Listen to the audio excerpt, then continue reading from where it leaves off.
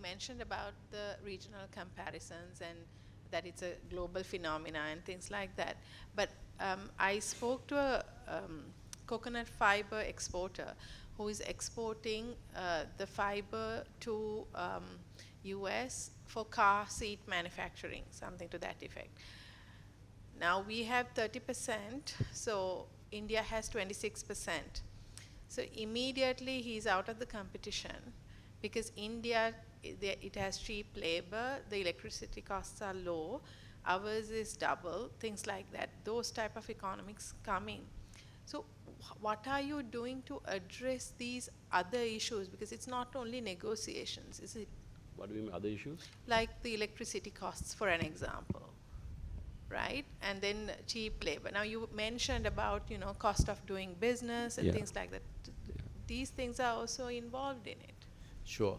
If you look at your same example, the difference that you highlighted is about 4%.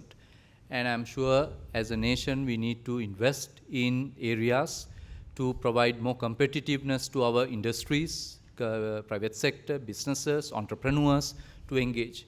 One of them, as you very correctly mentioned, is the energy pricing. So that's why there's a roadmap ahead over a longer period of time to reduce the energy prices. But while we drive that increasing of capacity in the energy sector and reducing the price, immediate reliefs that have been provided, you can see from the financing cost, the interest rates in the country has gone down significantly compared to how it was before, and the inflation of the country has gone down significantly compared to how it was before.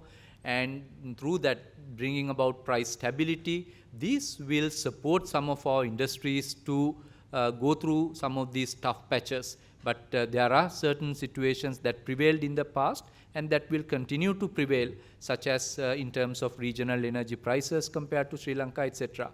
Yes, Daminda.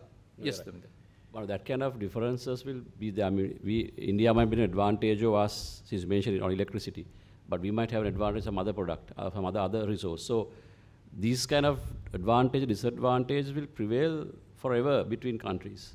So, but in spite of that, we have been able to grow. For example, our garment trade, in spite of differences, we are able to grow. So there are pluses and minuses in the environment that we operate in. So that those things will prevail, as the Secretary mentioned. Things that are within the government's control, we are trying to address and try to reduce the electricity costs, etc. But those comparative advantage, disadvantage will continue in the marketplace.